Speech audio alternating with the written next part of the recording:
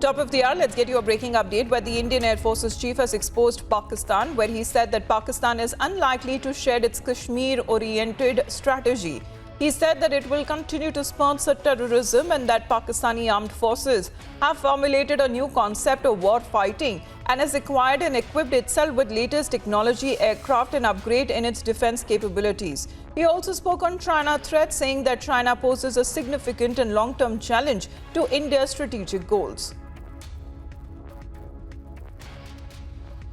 The Pakistani armed forces have formulated the new concept of war fighting and what they call the triple R: re-articulate, reorganize and relocate, with an aim to stymie the Indian strategic gains. Towards this, Pakistan has continued to acquire and equip itself with latest technology, aircraft, as well as upgrade its air defense capabilities. Strategically, they are making the transition from fighting a predominantly defensive war to adapting a more aggressive approach for an offensive defense under the nuclear umbrella. Let me give you an example here today. Pakistan, the Air Force, has built up 24 main and forward operating bases, along with 6 satellite bases. This provides them greater flexibility and ability to influence battles across a larger spectrum and a larger volume of area. For the Indian Air Force, this translates into a need for a higher quantum of counter-air effort to ensure minimum interference from the Pakistani Air Force and to gain the requisite control of air. On the northern front, as China continues to display its economic and military clout, its assertiveness is also bound to grow. China's growing imprint will surely increase contestation and competition in the economic domain. China will further tie us down by keeping us engaged on the unsettled borders. Its aggressive intent is visible in the rapid enhancement of the PLAAF's op infrastructure in terms of hardened aircraft shelters and additional airfields in the Tibet Autonomous Region. In terms of equipment, their Air Force have forward positioned offensive air defense units along with 4th and 5th generation aircraft. The PLAAF is also using supersonic drones and employing them in ISR and ELINT roles.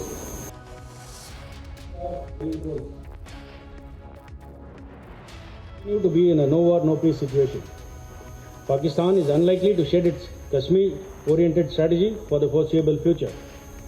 Despite Pakistan's own internal problems and economic weaknesses, it will continue to sponsor terrorism as a state policy. J&K was earlier called IOJK, Indian Occupied J&K, by the Pakistanis, who have now renamed it as IIOJK, Indian Illegally Occupied Jammu and Kashmir. Innocuous as it may seem, they are building a narrative for the whole world to see.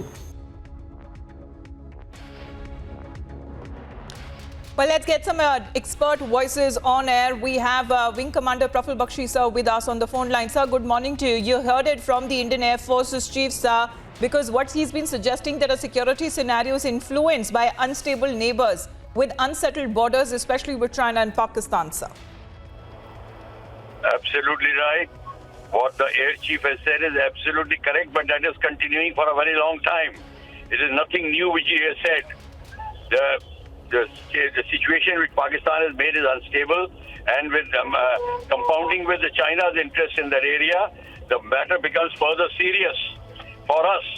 And it becomes serious for us because now we have to beat Pakistan and the adversaries, the belligerents supporting Pakistan, on 2 major fronts, and which will become a one continuous front if China makes more expansion and intrusions in the Ladakh sector. So that is the reason now Indian Air Force, probably, which if it takes the war into the enemy's territory, will have a lot of, hard work and a lot of homework to do. And that is what our Air Chief of Indian Air Force was saying, that Pakistan has done everything, including increasing terrorism and every aspect, increasing, buying new weapon systems. So are we, and we have to do it. But unfortunately, we have to buy it at a very high rate, and so has Pakistan. But that is different. This aspect will continue. The threat will continue on the POK border as well as Ladakh border, as well as now developing in the South China Sea with with China. So everything becomes a challenge for India for the next 5 to 7 years are going to be a test of time for our armed forces and our nation.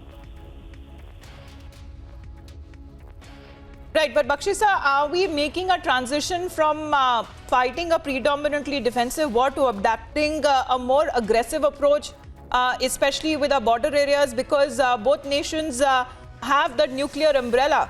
And does it actually get into more threat for India or not, sir? What would be India's approach? India's approach should be we must become more aggressive. We must change our doctrine. Till this time, we were always on defensive. हम पहले हमला नहीं करेंगे was our main aim. Now we have to not only do attack on enemy, we have to preempt them at every stage. And we have to be ready for whether it is nuclear, whether it is cyber warfare, whether it is, even if it comes to chemical and biological warfare, we have to be ready. Our civil defense has to be ready because of these threats. Especially our border villages are under great threat. Where besides Air Force carrying the strike into enemy territory, our border villages must be strong with their civil defenses, etc. So it is an overall threat. Our total national doctrine has to undergo a major change, which we have always been pussyfooting and not trying to change. It is high time we change it now. Bakshi sir, thank you very much for joining us here on the broadcast. Those are the important words that are also coming across from the Chief of the Air Staff there, who is saying that Pakistani armed forces have not only formulated a new concept of war fighting, but have also acquired and equipped themselves with the latest technology and aircraft, beside upgrading their defense capabilities. And this is something that India needs to watch out for. Let's move on.